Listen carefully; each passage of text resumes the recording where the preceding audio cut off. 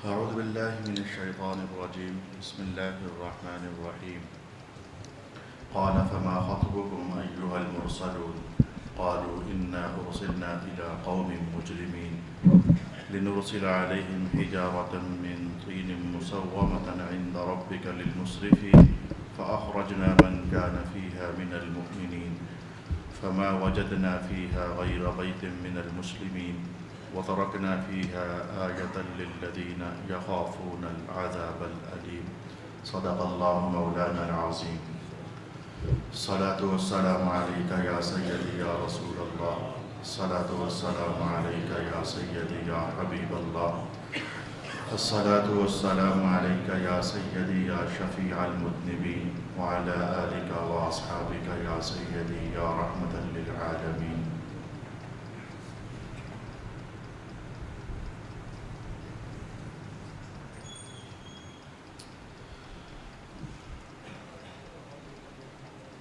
ابراہیم علیہ السلام نے کہا تو اے رسولو تمہارا کیا مقصد ہے؟ فرشتوں نے کہا بے شک ہم مجرم قوم کی طرف بھیجے گئے ہیں تاکہ ہم ان پر مٹی کے پتھر برسائیں جو آپ کے رب کے نزدیک حد سے بڑھنے والوں کے لیے نشان زدہ ہیں۔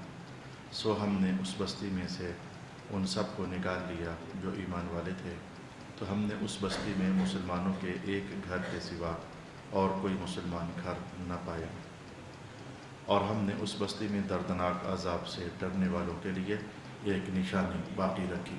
صدق اللہ مولانا العظیم۔ 27ویں سپارے کی پہلی آیات بینات جو کہ ایک عنوان کا بقیہ حصہ اپنے اندر رکھتی تھیں، گزشتہ نشست میں بھی میں نے آپ کے لیے تلاوت کی تھی، اور آج پھر ہم نے ان کی تلاوت سن کر کے سعادت مندی حاصل کی ہے۔ ان آخری آیات بینات میں جو کہ پہلے عنوان کا دوسرا حصہ بنتا تھا، ایک تو بڑا ترین عنوان یہ قائم کیا گیا تھا کہ جس علاقے میں اچھے لوگ رہتے ہیں، نیک لوگ رہتے ہیں، نیک ہونے کے لیے کوئی مولوی صاحب ہونا ضروری نہیں ہوتا، محلے دار جو مولوی صاحب نہیں ہیں وہ بھی نیک ہو سکتے ہیں۔ آپ کے علاقوں میں، آپ کے بازاروں میں، گلی کوچوں میں جو نیک لوگ ہوتے ہیں ان کی قدر کریں، ان کے ساتھ اٹھنا بیٹھنا آنا جانا رکھیں، ان کی وجہ سے اللہ تعالیٰ عذاب روک لیتا ہے بدوں سے۔ یہ قرآن حکیم سے گزشتہ نشست میں اہمیت کے ساتھ اس عنوان کو ہم نے سماعت کرنے کی کوشش کی تھی، 2-3 حوالہ جات بھی آیات بینات سے میں نے آپ کے لیے پیش کر دیے تھے۔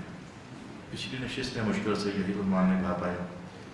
آج کی نشست کے لیے ایک بہت اہم عنوان، ماحولیاتی خطرناک عنوان، گناہوں سے آلودہ عنوان ہمارے سامنے موجود ہے۔ مرد مرد کے ساتھ اپنی شہوات کو پوری کریں، جنہیں لواطت کے ساتھ تعبیر کیا جاتا ہے۔ یہ عنوان رب کائنات نے ایک بار پھر، میں نے کہا ایک بار پھر، قرآن حکیم میں بیان کیا۔ ایک ایک عنوان قرآن حکیم میں کئی کئی آیات میں، کئی کئی رکوعوں میں، کئی کئی صورتوں میں الفاظ بدل بدل کر، ترکیب بدل بدل کر بیان کیا جاتا ہے، اور یہ اللہ تعالیٰ کی سنت دائمہ ہے۔ بار بار بات سنی جاتی ہے، سنائی جاتی ہے، سمجھی جاتی ہے، سمجھائی جاتی ہے، تو کہیں نہ کہیں ایسا ہے کہ اللہ تعالیٰ اس میں تاثیر ظاہر فرما دیتا ہے۔ اور یہ ایسے ہی ہے جیسے کپڑے زیادہ میلے ہو جائے تو ایک بار صابن لگا کر دھو، لگتا ہے گنجائش باقی ہے، پھر لگا لو صابن، لگتا ہے گنجائش باقی ہے، کرتے کرتے ایک وقت ایسا آ جاتا ہے کپڑا بالکل صاف ستھرا ہو جاتا ہے۔ بار بار سمجھانا، بار بار سمجھانا، بار بار سمجھانا، کوئی پل ایسا ہوتا ہے جس میں اللہ تعالیٰ کی طرف سے قبولیت ہوتی ہے تو بندے کا فائدہ ہو جاتا ہے اور اس کا کام ہو جاتا ہے۔ تو آئیے بغیر تمہید کے اب ہم اپنے عنوان کو سیکھنے جا رہے ہیں۔ پہلے ہم قرآنی اسلوب دیکھیں گے، اس کے بعد اس عمل کی ابتدا چند جملوں میں بیان کر دوں گا، اس کے بعد اس عمل کرنے والے کے لیے اور اس گناہ کرنے والے کے لیے سزا کیا ہے، وہ سزائیں آئیں کہاں سے ہیں، آخر میں پھر دیکھیں کہ ہمارے ہاں ماحول میں چل کیا رہا ہے، ہماری عدالتوں میں چل کیا رہا ہے۔ تو سب سے پہلا عنوان یہ ہے کہ رب کائنات نے جناب ابراہیم علیہ السلام کی وہ باتیں نقل فرمائیں۔ آج شاید زیادہ گرم لہجے کے اندر بات مجھے نہیں کرنی ہے تاکہ آپ مقصد کو سمجھ پائیں، عنوان بڑا سینسیٹیو ہے۔ ابراہیم علیہ السلام نے جب فرشتوں کے سامنے کھانا رکھا، انہوں نے نہ کھایا تو آپ اندر سے خوف محسوس کرنے لگ گئے کہ کہیں نہ کہیں کچھ ایسا ہے کہ خیر نہیں ہے، کیونکہ اس علاقے میں جب مہمان کھانا نہیں کھاتے ہوتے تھے تو اس بات کی نشانی ہوتی تھی کہ کہیں نہ کہیں خیر نہیں ہے، لڑائی ہونے والی ہے، ہاتھا پائی ہونے والی ہے، دشمنی ہونے والی ہے، کچھ منفی نظریات اس علاقے میں رائج تھے۔ جیسے ہمارے ہاں کوئی آپ کو دعوت دے تو کھانا نہ کھانا یہ ناپسندیدگی کی دلیل ہے، تو وہاں کھانا نہ کھانا پیش کرنے کے باوجود یہ ڈر ہوتا تھا کچھ ہو رہا ہے۔ ابراہیم علیہ السلام نے کہا کدھر آئے؟ کہا جی آپ کے بچے کی بشارت دینے کے لیے آئے۔ کہا نہیں اصل بات کرو اور کدھر آئے؟ فما خطبکم ایھا المرسلون، بشارت تو ہو گئی لیکن یہ تمہارا کھانا نہ کھانا یہ بتا رہا ہے کچھ اور بھی ہونے والا ہے۔ کہا جی ہم ایک مجرم قوم کی طرف بھیجے گئے ہیں، انا ارسلنا الی قوم مجرمین، ہم مجرم قوم کی طرف بھیجے گئے ہیں۔ سب سے پہلی بحث میں نے آپ کے سامنے یہ کرنی ہے، اس کا تعلق ہمارے آنے والے عنوان کے ساتھ بھی ہے اور اس لفظ کا تعلق ہماری زندگی بھر کے ساتھ بھی ہے۔ ہم مجرم قوم کی طرف بھیجے گئے ہیں۔ لطفی فعل کرتے تھے، مرد مردوں کے ساتھ شہوات کرتے تھے، ہم جنس پرستی کرتے تھے، اس پر رب کائنات نے کہا یہ جرم ہے اور کرنے والے مجرم ہیں۔ آئیے آپ کی خدمت میں عرض کرتا ہوں، ایک ہوتا ہے جرم اور ایک ہوتا ہے گناہ، عصیان، ذم۔ پہلے بھی حالانکہ میں نے کئی بار عرض کی ہے لیکن آج پھر عرض کروں گا۔ ایک ہوتا ہے گناہ اور ایک ہوتا ہے جرم۔ گناہ کیا ہوتا ہے؟ جرم کیا ہوتا ہے؟ بندہ بندے کے ساتھ اپنا تعلق خراب کر بیٹھے، یہ جرم ہوتا ہے۔ میں نے آپ کی چوری کر لی، میں نے اللہ کا کچھ نہیں بگاڑا، بگاڑ بھی نہیں سکتا لیکن میں نے آپ کا نقصان کیا، یہ آپ کا اور میرا تعلق خراب ہو گیا، یہ جرم ہے۔ میں نے ڈکیتی کر دی، یہ جرم ہے۔ میں نے قتل کر دیا، یہ جرم ہے۔ یہ میں نے بندوں کے معاملات، ان کی پرائیویسی خراب کر دی، ان کا سکون خراب کر دیا، میں نے کسی کو زخم لگا دیا، یہ جرم ہے۔ تو جرم کا تعلق بندے کا بندے کے ساتھ جو معاملہ ہوتا ہے اس کے ساتھ ہوتا ہے۔ گناہ کیا ہوتا ہے؟ بندے نے اللہ کے ساتھ جو اپنا تعلق تھا اسے خراب کر دیا۔ آواز آئی تھی نماز پڑھ، اس نے نہیں پڑھی، کسی کا تو کچھ نہیں گیا، اللہ کا بھی کچھ نہیں گیا لیکن تعلق تو خراب ہوا۔ اللہ کا کبھی بھی کچھ نہیں جاتا، یہ بات فائنل ہے۔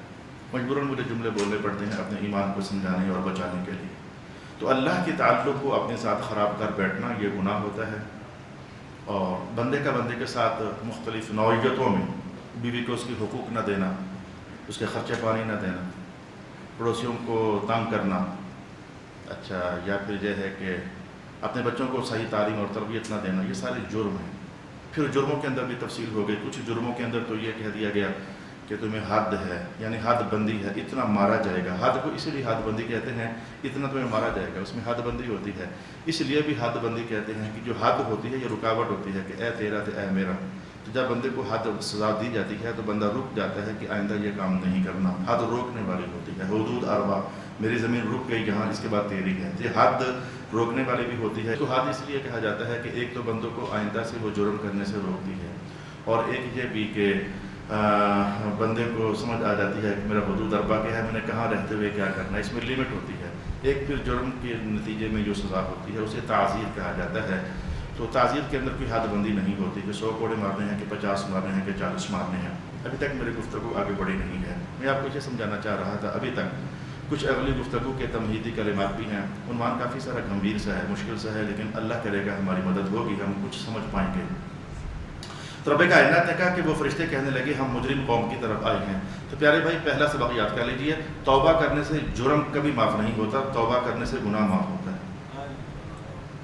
یہ حاجیوں لوگوں کو بڑا مغالطہ ہے، چوریاں کی، ڈکیتیاں کی، لوٹا لوٹ مار کسوٹ کی، اور چلے گئے حرم میں حج کر کے آ رہے، سارے معاف ہو گئے، گناہ معاف ہو گئے ہیں۔ حضور نے گناہ معاف ہونے کی بات کی ہے، جرم معاف ہونے کی بات نہیں کی ہے۔ عقل کھولنا چاہتا ہوں کہیں ہے مسلمانوں ہم سمجھ جائیں، حج بھی کس کام کا؟ آپ تو یہ سوچ کے جاتے ہو سارا پچھلا معاف ہو گیا، کیا معاف ہو گیا؟ جرم یا گناہ؟ گناہ کی بات ہے، جرم کی بات تو نہیں۔ اچھا جی ہم شب قدر آئے گی، شب برات آئے گی تو صلاۃ التسبیح پڑھیں گے۔ حضور نے فرمایا تھا چھوٹے بڑے اگلے پچھلے چھپ کر ظاہر 10 گناہ سارا معاف ہو گیا، بندہ صاف ہو گیا؟ جی نہیں، گناہ معاف ہوئے، جرم معاف نہیں ہوئے۔ مغالطے میں نہیں پڑھنا چاہیے۔ حاجی صاحب اگر چوری کر کے گئے ہوئے، کسی کا پیسہ دبا کر گئے ہوئے ہو، وہ واپس کرنا ہی پڑے گا۔ جو اللہ کا اور تیرا تعلق خراب ہوا تھا وہ معافی نامہ ہوا ہے، جو بندے کا بندے سے نظم و ضبط خراب کیا تھا وہ معافی نامہ نہیں ہوا ہے، وہ پیسے واپس کرنے پڑیں گے۔ میں جرم اور گناہ میں آپ کو بڑی تسلی کے ساتھ احساس بتانا چاہتا ہوں۔ دیکھو آپ سب لوگ میرے پیارے بھائیوں، میں آج بہت نرم لہجے میں بات کرتا ہوں، تو غسل کیوں کرتے ہو؟ صاف ہو جاؤ۔ وضو کیوں کرتے ہو؟ صاف ہو جاؤ۔ جمعے پڑھنے مساجد میں خطیبوں کی باتیں سننے کیوں آتے ہو؟ حضور کی باتیں کیوں سننے کے لیے آتے ہو؟ تاکہ صاف ستھرے ہو جاؤ، روح صاف ہو جائے۔ آج میں کوئی غصہ نہیں کرتا، روح صاف ہو جائے۔ پھر روح جیسے غسل کرنے کے لیے خود ہی صابن لگانا پڑے گا، خود ہی پانی ڈالنا پڑے گا، خود ہی ملنا پڑے گا، تو بھائی یہاں بھی خود ہی کرنا پڑے گا سارا۔ اپنے تعلقات کو صاف کرنے کے لیے اللہ تعالیٰ کے ساتھ، بندوں کے ساتھ خود ہی ساری محنت کرنی پڑے گی۔ اگر چاہ رہے ہو حج کرنے کا شوق آئے گیا، میں بار بار حج کی بات اس لیے کرتا ہوں کہ زیادہ عنوان یہ چلتا ہے، حالانکہ ہر عبادت میں چلتا ہے۔ جس نے مثلا حدیث سنو، عصر کی نماز پڑھی تو پیچھے چلی جاؤ تو زور تک سارے گناہ معاف ہو گئے، گناہ معاف ہو گئے، جرم معاف نہیں ہوئے۔ ایک جمعہ پڑھا تو پچھلے جمعے تک سارے گناہ معاف ہو گئے، گناہ معاف ہو گئے، جرم معاف نہیں ہوئے۔ رمضان کے روزے رکھے تو پچھلے معاف ہو گئے، گناہ معاف ہو گئے، جرم معاف نہیں ہوئے۔ مغالطہ نکالو اپنے ذہن سے، اگر کسی کا کچھ مال دبایا ہے تو دینا پڑے گا، غیبت کی ہے تو غیبت کی معافی اس سے مانگنی پڑے گی، حق روکا ہوا ہے تو حق اس کو ادا کرنا پڑے گا، کسی کا دل ستایا ہوا تو یہ اس کو معافی مانگنی پڑے گی۔ یہ جرم ہے تمہارے بندوں کے ساتھ۔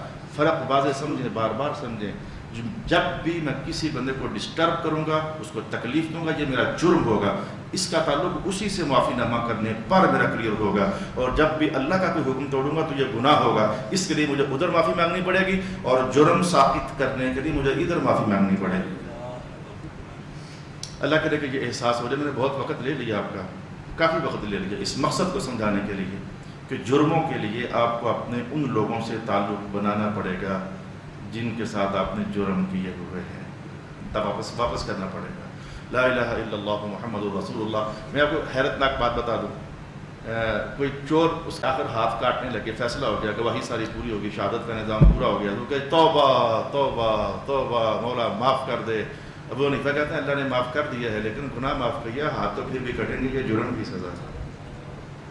گناہ معاف ہوا، جرم معاف نہیں ہوا، یہ جرم کی سزا ہے۔ بندہ قتل کرے، قتل کر کے میں تو حج کرنے جا رہا ہوں، 100 عمرے کر کے آ جا، خوش ہونے کی ضرورت نہیں ہے، صرف گناہ معاف ہوئے، جرم پھر بھی تیرے ساتھ باقی ہے۔ قتل کے بدلے تجھے قتل کیا جائے گا، یا پیسے لے دے کر کے جو صلح کی جاتی ہے، صلح بالمال، فمن عفی له من اخیہ شیء فاتباع بالمعروف، مال دیت لے کر یا مال لے دے کر صلح کرنی، وہ تمہیں دیا ہی جائے گا، دینا ہی پڑے گا صلی اللہ علیہ وآلہ وسلم۔ تو ایک بات میں نے آپ کے سامنے یہ بیان کر دی۔ تو یہ قوم لوط، کچھ کیس ایسے ہوتے ہیں جو گناہ بھی ہوتے ہیں، جرم بھی ہوتے ہیں، جیسے کہ یہ عمل ہے، یہ اللہ کی نافرمانی بھی ہوئی، میں نے اللہ کو اپنے اوپر ناراض کر لیا۔ مثلا میں اپنے آپ کو اس لیے کہتا ہوں، چل آج میں نے آپ سے نرم لہجہ اختیار کرنا ہے، میں نے آپ کوئی بھی اللہ کا حکم توڑا، کوئی بھی، چلو یہ بھی، تو سمجھو کہ یہ گناہ ہو گیا، یعنی میں نے اللہ کے ساتھ آپ کا تعلق خراب کر لیا، تو ادھر لگی ہے تو یہ جرم بھی ہے کہ میں نے بندے کو بھی ڈسٹرب کر دیا، تو لہٰذا اس کی الگ معافی ہے، اس کی الگ معافی ہے۔ اس کی معافی تو یہی ہے، حضور فرماتے تھے تنہا ہو کر رو جاؤ، اللہ وہ تو معاف کر دے گا، لیکن اس کا جو پروسیس چلے گا، وہ پروسیس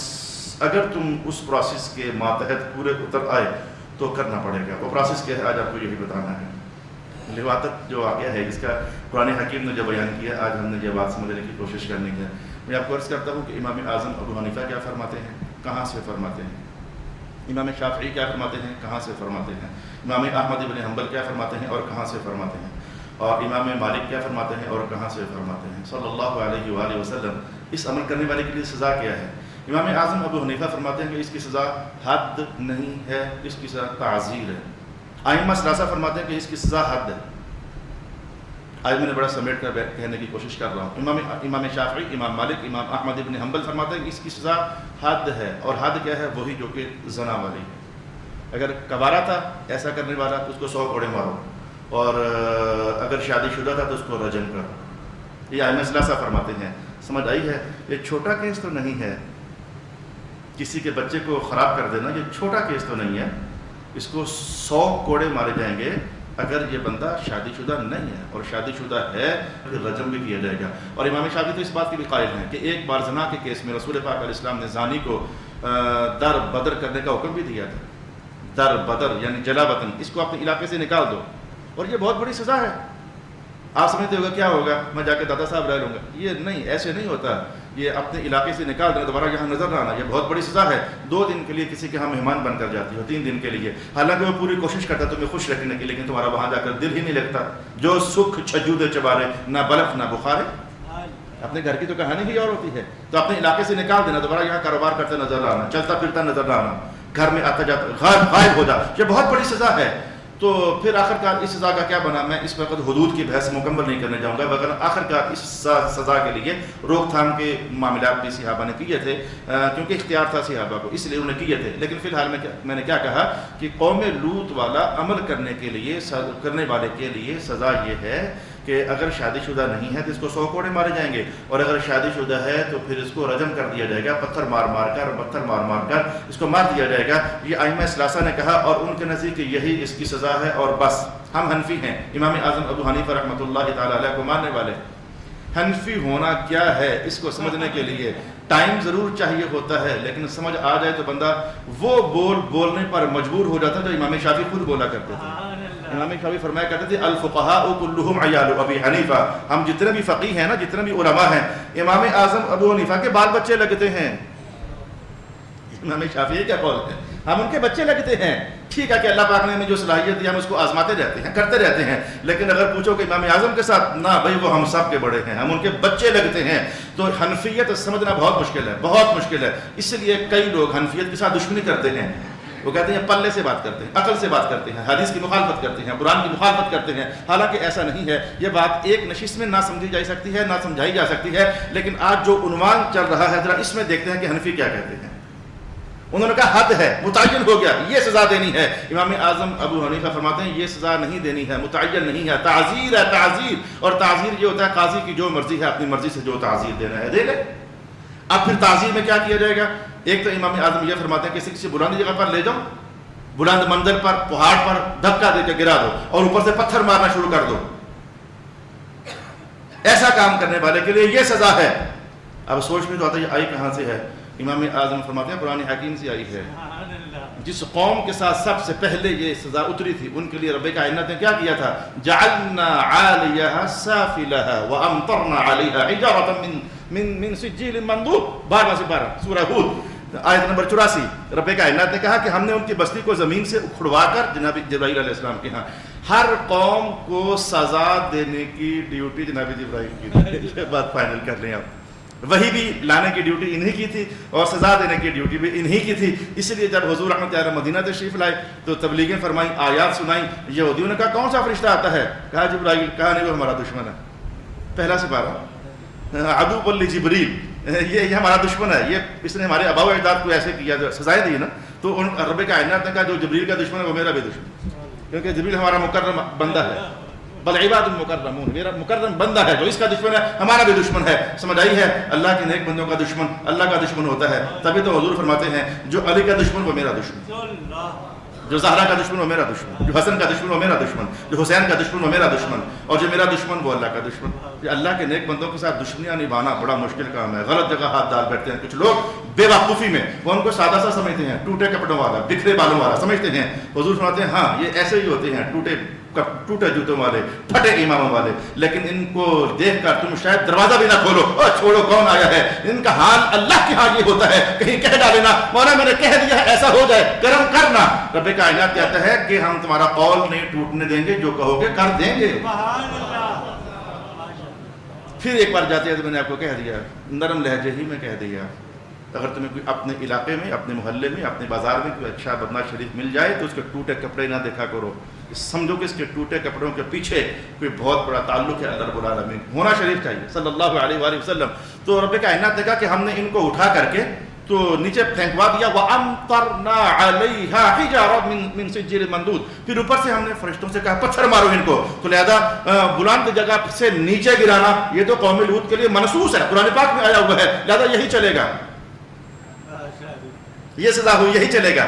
اچھا پھر ساتھ چونکہ اس میں پتھر پھینکنے کی بات بھی ہوئی کہ پتھر بھی مارے جائیں گے، حد ایک ہی قسم کی ہوتی ہے، ڈبل نہیں ہوتی ہے، یہ باتیں یاد رکھیں۔ کوڑے ہیں تو صرف کوڑے ہیں، رجم ہے تو صرف رجم ہے، یہ نہیں ہو سکتا کہ کوڑے بھی ہو رجم بھی ہو، دستور شریعت بھی، یہ آج پہلی بار بتا رہا ہوں آپ کو، آپ کے حصے میں آ کے بتا رہا ہوں، حد کبھی بھی ڈبل نہیں ہوتی، جو ڈبل ہو جائے سمجھو کہ معاملہ حد سے نکل کر تعزیر میں داخل ہو گیا، آپشنل یہ کر لو یا یہ کر لو۔ لہذا صحابہ ایک تو اس بات کے قائل تھے کہ ان کو بلند جگہ پر بٹھا لے جا کر نیچے گرا دو، ان کی سزا یہ ہے، حد یہ نہیں ہے، ان کی سزا یہ ہے، ان کی تعزیر یہ ہے۔ کچھ میں ذرا اصطلاحی الفاظ بھی استعمال کر رہا ہوں۔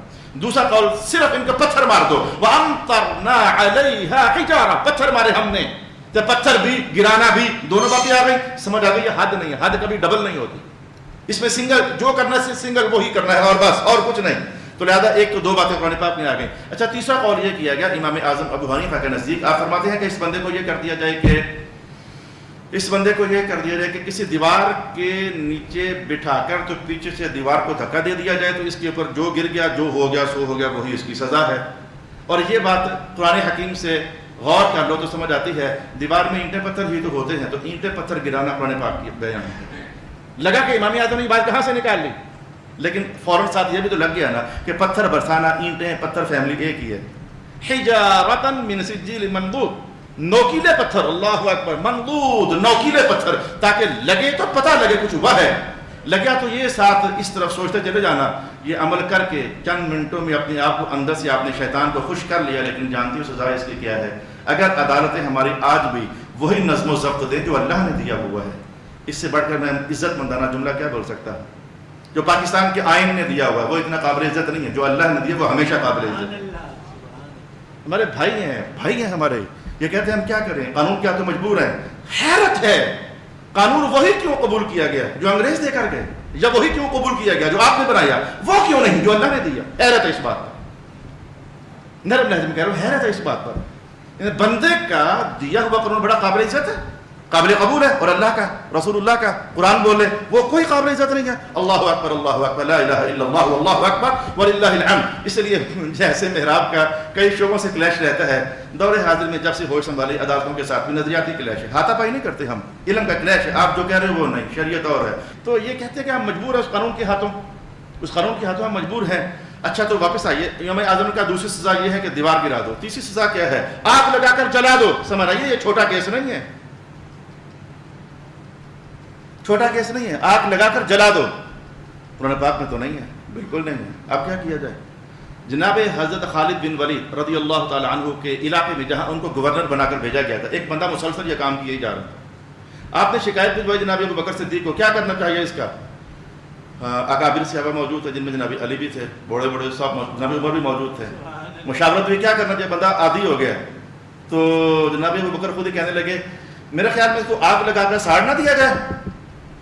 عمر نے کہا ٹھیک ہے ساڑ دیں، جناب عثمان نے کہا ہاں ساڑ دیں، جناب علی نے کہا ہاں ساڑ دیں، سب صحابہ نے کہا ہاں جلا دیں، اس کی سزا یہ بنتی ہے، اس کی سزا یہ بنتی ہے۔ اس پر اجماع صحابہ ہو گیا، اس پر اتفاق صحابہ ہو گیا۔ جیسے قرآن دلیل ہے، حدیث دلیل ہے، اجماع امت بھی دلیل ہے۔ اس پر کیا دلیل ہے کہ اجماع بھی دلیل ہے؟ پوری بات بتاتا ہوں، اس پر کیا دلیل ہے کہ صحابہ جو کہتے ہیں وہ بھی دلیل ہے۔ رسول پاک علیہ الصلوۃ والسلام نے ارشاد فرمایا علیکم بسنتی وسنت الخلفاء الراشدین المہدیین، میری سنت بھی لے کے رکھنا اور میرے بعد صحابہ خلفاء کی سنت بھی لے کے رکھنا۔ چونکہ یہ صحابہ کا قرآن سے ہٹ کر تھوڑا سا بات کرنا یہ پھر دلیل ہے کہ یہ حد نہیں ہے، یہ تعزیر ہے۔ حد ہوتی تو کوئی صحابی 100 کوڑوں کو تبدیل نہیں کرتا، خلفاء راشدین بھی تبدیل نہیں کرتے۔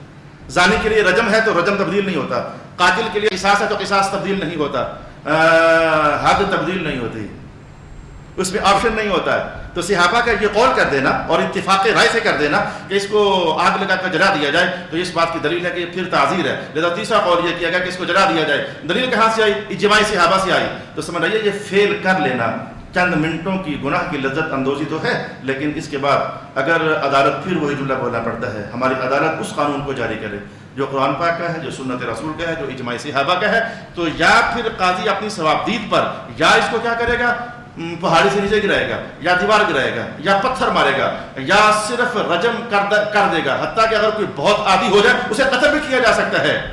لیکن یہ قاضی کے ثوابدید پر ہے۔ ایک حدیث دور کی میں لگے ہاتھوں آپ سے عرض کرنا چاہتا ہوں، ایک حدیث دور کی لگے ہاتھوں عرض کرنا چاہتا ہوں۔ رسول پاک علیہ الصلوۃ والسلام نے ارشاد فرمایا جو ذو عصارہ ہوتے ہیں، جو دکھنے میں ماحول میں بڑے معزز لوگ ہوتے ہیں لیکن شامتی اعمال کہیں غلطی ہو گئی، ذو عصارہ، مسجد کا امام، مسجد کا خطیب، حاجی صاحب، آپ کے والد گرامی، چلو جو ذو عصارہ ہے، جن کو اللہ نے عزت آبرو دی ہے ماحول معاشرے میں، حد وہاں سے بھی معاف نہیں ہے، حد وہاں سے بھی معاف نہیں ہے اگر ثابت ہو جائے جو جرم تو۔ لیکن بات یہ ہے کہ ان کے لیے تعزیر کے معاملے میں ذرا نرمی کر لیا کرو، ہو گئی ہے حالانکہ وہ ایسے ہیں نہیں، تم جانتی ہو کہ وہ ایسے ہیں نہیں، غلطی ہو گئی ہے۔ اور ہمارا معاشرہ کرتا ہی یہ ہے، ذو عصارہ کو اٹھاتا ہے، امام صاحب کو اٹھاتا ہے، امام صاحب اگر عادی ہیں پکڑو لے جاؤ عدالت میں، لیکن کیا کرو گے، ضمانت ہوگی، باہر آ جائے گا۔ دکھ ہے نا ہمارا بھی، دکھ ہمارا بھی تو ہے، صرف یہ نہیں کہ امام کی فیور میں بولتا ہوں، خطیب کی فیور میں بولتا ہوں، اور فیور میں بولنے کا معنی یہ نہیں کہ یہ گناہ کریں، میں تو حدیث کا بیان لا رہا ہوں۔ اگر تمہارے محلے کا کوئی شخص بھی ہے، کوئی سا بھی اس سے تعزیر درجے والا جرم ہو جائے، حد درجے والا نہیں، تو اس کے لیے حضور فرماتے ہیں نرم گوشہ کرو، ہو گیا ہے اس کا ماحول میں رسوا نہ ہونے دو۔ بند کمرے میں بیٹھ کر جو تھوڑی بہت اس کی کرنی ہے کر لو، وہ اس کو اتنی ہی کافی ہو جائے گی، آئندہ وہ یہ کام نہیں کرے گا۔ تعزیر میں، حد میں نہیں، حد کبھی کم زیادہ نہیں ہو سکتی ہے۔ صلی اللہ علیہ حبیبہ محمد وعلی آلہ واصحابہ اجمعین۔ اچھا میں نے اتنے اقوال آپ کے سامنے لائے، میں ایک اور قول بھی آپ کے سامنے لے آتا ہوں۔ یہ ایک اور قول کا آنا پھر اس بات کی دلیل ہے کہ تعزیر ہے، اور تعزیر میں آپشن ہوتا ہے یہ کر لو یا یہ کر لو یا یہ کر لو یا یہ کر لو، تعزیر میں آپشن ہوتا ہے۔ جو رسول اللہ علیہ وسلم فرماتے ہیں بچہ 10 سال کا ہو تو نماز نہ پڑھے، مارو، یہ مارنا تعزیر ہے، حد نہیں ہے۔ حضور کتنا ماریں؟ کہا جتنا مرضی مار لو، ایک ڈنڈا بھی ٹھیک ہے، 2 بھی ٹھیک ہے، 4 چھڑیاں بھی ٹھیک ہے، تھپڑ بھی ٹھیک ہے، کپڑا لپیٹ کر زور سے مار دو یہ بھی ٹھیک ہے، مرغا بنا دو یہ بھی ٹھیک ہے۔ تعزیر میں آپشن ہوتا ہے، یہ کر لو یا یہ کر لو، حسب حال جو کسی کے لیے سمجھ جاؤ۔ حتیٰ کہ امام اعظم فرماتے ہیں کچھ لوگ ایسے بھی ہوتے ہیں، شریف ہوتے ہیں، غلطی کر بیٹھتے ہیں، ان کو مسجد کے دروازے پر کھڑا کر دو اور نماز کے بعد بس 1-2 بار کہہ دو اس نے یہ کام کیا، ان کے تو مر جانے کے لیے وہی بہت بڑی سزا ہے۔ مسجد کے دروازے پر کھڑا ہو کر ان کے لیے اعلان کر دو خیانت کیا اس نے، یا دیکھو اس نے خیانت کی ہے، 2-4 بار کہہ دینا ان کا شاید ادھر جنازہ نکل جائے۔ تو تعزیر کے اندر قاضی کی ثوابدید ہے، قتل کر دینا، مار دینا، قید کر دینا، قید کرنے کا قول بھی آیا، اسے قید کر دو۔ وہ نوعیت دیکھی جاتی ہے، بندہ ہے کس کیٹیگری کا، سمجھ رہیے؟ قاضیوں کو پتہ ہونا چاہیے شہر کے بندے کس کیٹیگری کے ہیں، پولیس والوں کو پتہ ہونا چاہیے کہ یہ لوگ کس کیٹیگری کے ہیں۔ یہ سن 2006 کی بات ہے، محرم کا مہینہ آ گیا، تو اس دور میں یہ اسپیکر بند کر دو یہ کر دو، یہ سارے معاملہ چلتے ہوتے تھے۔ ایک پولیس والا میرے پاس آ کر کہتا ہے میں نے رحمت اکبر صاحب سے ملنا ہے۔ میں نے کہا بھائی چور شور ڈھونڈ لیتے ہو یا نہیں؟ جی ڈھونڈ لیتے ہیں۔ میں نے کہا شریف آدمی تیرے سامنے کھڑا وہ تو ڈھونڈا نہیں گیا، مجھ سے پوچھتے ہو رحمت اکبر صاحب سے ملنا ہے، شریف آدمی تیرے سامنے کھڑا ہے، تجھے پتہ ہی نہیں ہے کہ وہ کون ہے رحمت اکبر صاحب، اور تو چور کیا پکڑتا ہوگا؟ وہ کہنے کے ساتھ جی بس آپ بتائیں، آپ سائن کریں گے، بس چھوڑیں آپ سائن کریں۔ تو پتہ ہونا چاہیے کہ قاضی کے پاس پورا ایک ریکارڈ ہوتا ہے کہ کتنے محلے ہیں، کتنے گھر ہیں، ہر گھر میں کتنا گھر شریفوں کا ہے، کتنا بدماشوں کا ہے، کس پر پہلے سے جرم چلا آ رہا ہے۔ اب یہ کتاب القضاء کدھر دماغ میں اتر گیا لیکن نہیں جانے دوں گا، یہ قضاء کا پورا باب ہے، پورا چیپٹر ہے۔ تو انسانی زندگی ایسے کھو کھاتا نہیں ہے، یہ مٹی کی ڈھیری نہیں ہے کہ گناہوں کی ہوا آئے اڑا کر لے جائے۔ ہر انسان کی رسپیکٹ ہے، عزت ہے، احترام ہے۔ لا الہ الا اللہ، آپ نے مجھے گالی نکالی، یہاں تو کوئی پوچھنے والا نہیں ہے، گالی چھوڑ کر جو سے مرضی جو ہو جاتا ہے۔ 18واں سپارہ کہتا ہے جس نے کسی کو گالی نکالی ہے گواہی کے ساتھ ثابت کر دو کہ گالی نکالی گئی ہے، اس کو عدالت 80 کوڑے مارے گی۔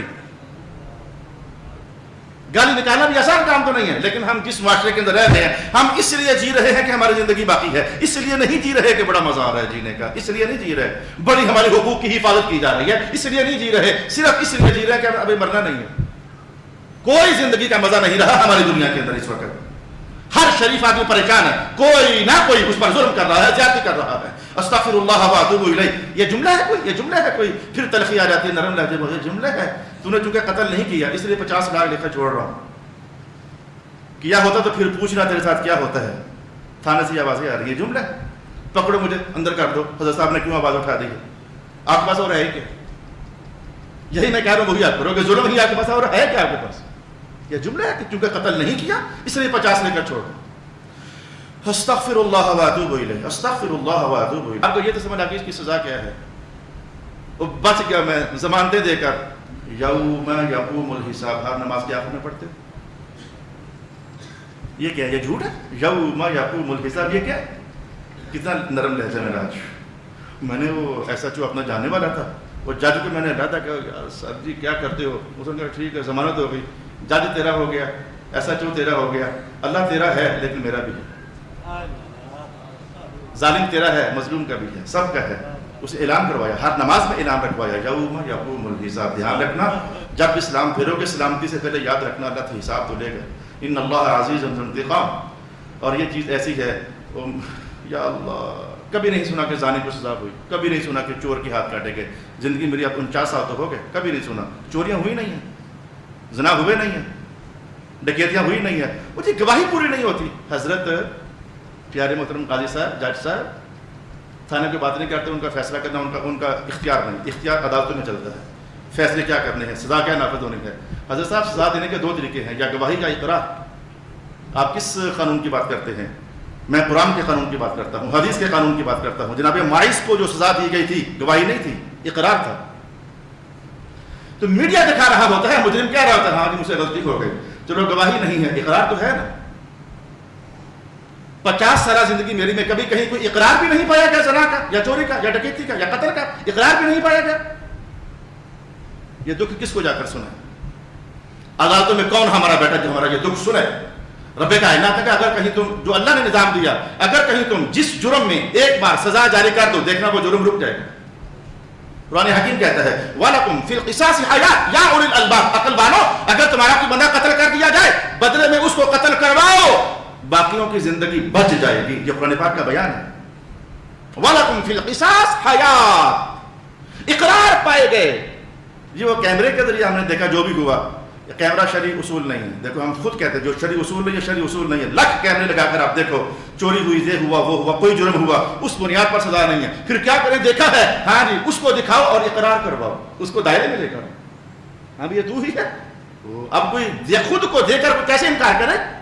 ہاں جی مانتے ہو؟ پھر ہاں جی غلطی، یہ اقرار ہے، اقرار پر سزا بنتی ہے اتنی ہی جتنی کہ اصل شہادت پر گواہ سزا بنتی ہے۔ کبھی اقرار نہیں پایا گیا۔ ہم تو روزانہ دیکھتے ہیں، کہیں نہ کہیں مبالغہ کر رہا ہوں، روزانہ دیکھتے ہیں ٹیلی ویژن پر، فیس بک پر اقرار ہو گیا، وہ پوچھ رہے ہوتے ہیں ہاں تو نے یہ کیوں کیا، وہ جی فلانے کے ساتھ مل کر کیا۔ اقراروں پر بھی کبھی سزائیں اگر نافذ کی جاتی، اور یہ عنوان ایسا ہے 18واں سپارہ وَلْيَشْهَدْ عَذَابَهُمَا طَائِفَةٌ مِّنَ الْمُؤْمِنِينَ، جب سزا کی حد جاری کی جا رہی ہو تو بند کمرے میں نہیں۔ ہمارے یہاں تو تھوڑا بہت تھانوں میں مارا جو جاتا بند کمروں میں، لو یہ سزا دی جا رہی ہے بند کمروں میں، تھانے کی چار دیواری کے اندر، خلاف شریعت۔ رسول اللہ کیا فرماتے ہیں؟ خلاف شریعت، آج میں نے سخت نہیں بولنا تھا، خلاف شریعت، تھانوں کے اندر مارنا خلاف شریعت۔ قرآن کیا کہتا ہے؟ قرآن کہتا ہے وَلْيَشْهَدْ عَذَابَهُمَا طَائِفَةٌ، جب ان کو سزا پھینکی لگ رہی ہو، مسلمانوں کی ایک جماعت کھڑی ہو کر دیکھے تاکہ ان کو عبرت حاصل ہو۔ اگر وہ دیکھا ہی نہیں انہوں نے تو ان کو عبرت کیسے حاصل ہوگی؟ کدھر کدھر کا رونا روموں کی عدالت کچھ اور کہتی ہے، تھانہ کچھ اور کہتا ہے، شریعت کچھ اور کہتی ہے، کدھر کدھر کا رونا روم ہے۔ میں کہتا ہوں اس جملے پر اقرار بھی کبھی نہیں پایا گیا۔ اور جبکہ شریعت میں یہ بات دیکھو، زنا کے لیے 3-4 گواہ چاہیے، 3 ملے، چوتھا نہیں ملا، اب کیا کریں؟ چلو حد جاری نہ کرو، حد جاری نہ کرو، تعزیر تو کچھ جاری، کچھ پھینٹی شینٹی تو لگاؤ تاکہ خود آئندہ سے تو یہ رکے۔ تعزیر حد کا چھوٹا بھائی ہے، جو کام حد کرتی ہے تعزیر بھی وہی کام کرتی ہے، ذرا اس میں ذرا نرمی ہوتی ہے۔ بڑا بھائی حد ہے، متعین ہے اللہ کی طرف سے، رسول اللہ کی طرف سے۔ تو بہت کچھ کہنے کے باوجود نہیں کہہ پا سک رہا، مجبوریاں ہیں ہماری مجبور۔ میں کہتا ہوں، میں نے کتنی بار اپنے بعض دوست وکیلوں سے کہا، طلاق کے سلسلے میں 3 اکٹھی لکھواتے ہو پھر محراب سے کلیش کرتے ہو۔ میں نے کہا میں کھانا میں کھلاؤں گا، 100 وکیل اکٹھے کرو، ان سے کہو دینی ہی ہے نا، 1 لکھوا دو تاکہ آپشن تمہارا اور محراب کا باقی رہے۔ ادھر تم 3 لکھواتے ہو، 3 لکھوا کر پھر صلح کی ڈھونڈتے ہو، محراب کہتا نہیں اب صلح نہیں۔ جب صلح کروانی جو ہے تو 3 لکھنے میں آفت کیا آئی ہوئی ہے؟ کیا ایمرجنسی پڑی؟ تو 3 لکھ دو، 1 لکھ دو جان چھوٹ جائے، اس کے بعد گنجائش دے دو اس کو، بحکم شریعت گنجائش دے دو۔ کام شریعت کے مخالف کر کے گنجائش نکالتے ہو۔ میں کہتا ہوں کرو ہی مطابق۔ میں نے اتنی تقریر کرنی تھی وکیلوں کے سامنے، بس جو میں نے کہا تھا کھانا میں کھلاؤں گا، 100 وکیل اکٹھے کرو، صرف اتنی تقریر 1 لکھا کرو تاکہ تم اور میں ایک پیج پر ہو جائے۔ شریعت بھی کہتی ہے 1 دے کر صلح کی گنجائش باقی ہے، اور آپ بھی یہ کہنا شروع کر دینا صلح کی گنجائش باقی ہے۔ جب 3 کہتے ہو اب ہم مجبور ہو جاتے ہیں، ہم تمہارا ساتھ نہیں دے سکتے، ہم رسول اللہ کے قدموں میں بیٹھیں گے، مجبوری ہو جاتی ہے۔ پھر تم عدالتی سالسی کونسل، یہ کونسل، وہ کونسل، تم سارے پاکستان کی کونسلیں اکٹھی کر لو نا۔ امام اعظم ابو حنیفہ نے جو تحقیق ہمارے سامنے لے آئی، صحابہ سے جو تحقیق ہمارے سامنے آ گئی، وہ یہی ہے کہ 3 کے بعد گنجائش باقی نہیں بچتی ہے۔ باقی عدالت کے اندر بھی ہوتی شریعت ہے، لیکن تھوڑی سی زخمی کر کے، سمجھ آ گئی، زخمی کر کے۔ کتنے چیپٹرز ایسے ہیں عدالتوں کے اندر، وہ پیپر کینسل ہے ہی نہیں، ختم، جاؤ بھاگ جاؤ، یہ کیس ختم ہو گیا ہے، شفا عدالت کے اندر نہیں رہا۔ میاں بیوی کی ناراضگی ہو جاتی ہے، بچے کس کے پاس رہیں گے، عدالت بالکل غلط فیصلہ کر رہی ہے۔ اچھا تھوڑا سا برا ہی کہو گے نا، کہہ لو حضور کی ہاں برا نہیں، جو حکم ہے وہ سنا رہا ہوں، کہہ لو مولوی صاحب ہمارے ساتھ لڑائی کرتے ہیں، لڑائی نہیں کرتے، دستک دے رہا ہوں، دروازہ کھولو، شریعت دروازے پر کھڑی، دستک دے رہا ہوں آپ کو۔ تو کچھ عرصہ ماں کے پاس، کچھ باپ کے پاس، وہ ڈیٹیل الگ ہے۔ تو بچے کس کو دینے ہیں؟ نظام سارا دخل انداز، پریشان، بیوی کے خرچے رکے ہوئے، دلا نہیں سک رہے، فیصلہ کرتے ہیں۔ تمہارے قانون و فیصلے پتہ کیا ہیں؟ جیسے بچوں کو لا کر کھلونا دے دیا، بس اس سے زیادہ نہیں، قانون بنا دیا، یعنی قوم کو ایک کھیلنے کے لیے کھلونا اور دے دیا، بس تمہارے یہاں قانون کھیل کے سوا اور کچھ نہیں ہے، کھلونے کے سوا کچھ اور۔ بڑے لوگ اسی کھلونے سے کھیل کھل کر توڑ کر پھینکتے ہیں، چھوٹے قابو آتے ہیں ان پر تم سزا بھی کر دیتے ہو۔ شفا ادھر مختل ہو گیا، بچوں کا معاملہ ادھر مختل ہے، خلا صحیح طور پر عدالتوں میں نہیں چل رہا ہے، صحیح طور پر عدالتوں میں نہیں چل رہا ہے۔ جو پروسیس اس کا ہے مذہب کے اندر، کبھی ٹھیک ہوتا ہے کبھی ٹھیک نہیں ہوتا ہے۔ طلاق یہاں نظم و ضبط سارا ڈسٹرب ہو چکا ہے، نفقات، خرچے پانی، عدالتوں کے اندر سب نظام ڈسٹرب ہے۔ تھانے کو تو چھوڑ دو، ان کا یہ کیس ہی نہیں، یہ کیس عدالت کا ہے، یہ کوئی مولوی صاحب زیادہ پڑھے لکھے آ گئے؟ حضرت ہم زیادہ پڑھے لکھے فقیر لوگ ہیں، لیکن بات یہ ہے کہ آپ نے جو پڑھا 1 2 3 4 5 6 7 8 9 10 اگر گنتی کل 9 ہوتی ہے، کل گنتی 9 ہوتی ہے، اس سے اوپر گنتی نہیں ہوتی، تم نے صرف اس میں سے 7 8 9 پڑھا، ہم نے 1 2 3 4 5 6 7 8 9 10 پڑھا. عدالتوں میں صرف چند جرم ہیں جن کا انسان سے انسان کا تعلق ہے، صرف وہ زیر بحث رہ جاتے ہیں. اللہ کے فضل و کرم سے ہم اخلاقیات بھی پڑھتے ہیں، ہم عبادات بھی پڑھتے ہیں، ان کے مسائل بھی پڑھتے ہیں، ہم معاملات بھی پڑھتے ہیں، ہم ادارات بھی پڑھتے ہیں، ہم مشاجرات بھی پڑھائے جاتے ہیں، ہمارے یہاں حدود بھی پڑھائی جاتی ہیں، ہمارے یہاں تعزیریں بھی، اور ہر ایک کی قسم اور ان کی دلائل پڑھائے جاتے ہیں. آپ کے پاس علم ہے، ضرور ہے، انکار نہیں کرتا، وہ شریعت کا ہی ہے، لیکن زخمی کر کے اللہ تعالیٰ کے فضل سے جو میراب نشین ہوتا ہے اس کے پاس اگر تمہارے پاس شریعت کا آدھا کلو ہے، ان کے پاس 2 کلو ہوتا ہے. سبحان اللہ سبحان اللہ. کوئی عدالت مجھے بتایا کہ نماز میں یہ ہو رہے جواب کیا ہے، کیا پتا عدالت کو؟ ان کے یہاں جرموں کا معاملہ ہے بس، اس سے زیادہ اور کچھ نہیں ہے، اور معاملات بھی ڈسٹرب ہے. میں نے آپ کو 3 4 مثالیں پیش کر دی. میرا درد سمجھو پیارے وکیلوں، اگر آئے ہوئے ہو، اگر کوئی یہاں سنجیدہ آدمی ہے وکیلوں میں، اسی عنوان پر میرے ساتھ بیٹھ جائے، میں اللہ کا دیکھو میں اللہ کی قسم اٹھا کر کہتا ہوں 100 وکیل لاؤ گے 100 کو کھانا میں کھلاؤں گا، قسم اٹھا لی میں نے. 200 وکیل لاؤ گے 200 کو کھانا میں کھلاؤں گا. قوم کے گھر بچاؤ، غلط طریقہ کر کے جو بچانے کی کوشش کرتے ہو، صحیح لائن پر آ کر تو بچاؤ. اکٹھے آپ کرو کھانا میں کھلاؤں گا. اور تقریر میری اتنی ہی ہے بس، لمبی چوڑی تقریر بھی نہیں، 5 منٹوں میں تقریر ختم، کھانا کھاؤ گھر چلے جاؤ. اس سے کھلی آفر میں غریب آدمی کیا کر سکتا ہوں؟ یا سے لڑ نہیں رہا، آپ کو اور اپنے آپ کو قوم کے لیے خیر خواہ بنانے کی آواز دے رہا ہوں. وآخر دعوانا الحمدللہ رب العالمین.